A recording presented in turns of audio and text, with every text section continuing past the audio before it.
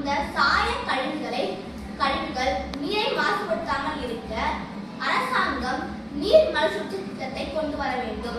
இத்திட்டத்தின் மூலம் பலரும் சாய தொழிலில் ஈடுபடுவார்கள்.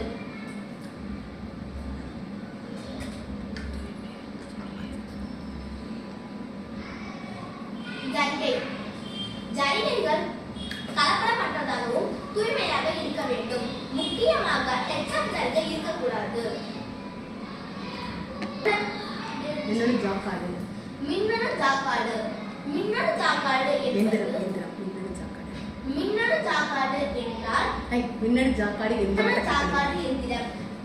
ஜாக்காடு எந்திரம் என்பது சிக்கலான டிசைன்களையும் நுணுக்கமான டிசைன்களையும் போடுவதற்கு பயன்படுகிறது.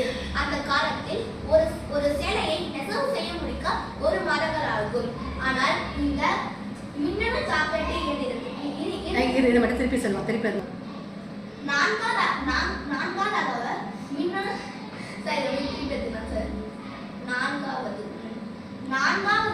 நான்காவதாக மின்னணு ஜாக்கெட் எந்திரம்.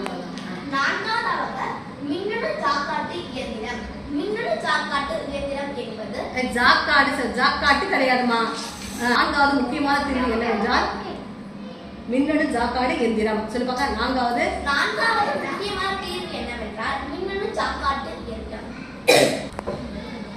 நான்காவது முக்கியமான தீர்வாக மின்னணு ஜாக்காடு இயந்திரம். மின்னணு ஜாக்காடு இயந்திரம் என்பது சிக்கலான டிசைன்களையும் நுணுக்கமான டிசைன்களையும் போட பயன்படுத்துகிறது. அந்த காலத்தில் ஒரு சேலையை நெசவு செய்து முடிக்க 1 மாதங்கள் ஆகின்றன. ஆனால் மின்னணு ஜாக்காடு இயந்திரத்தின் மூலம் நெசவு செய்யும் போது ஒரு சேலை 10 நாட்களுக்குள் முடிந்து விடுகிறது. இதனால் பொருளாதாரம் வளர்கிறது, வேலை சுமை குறைகிறது.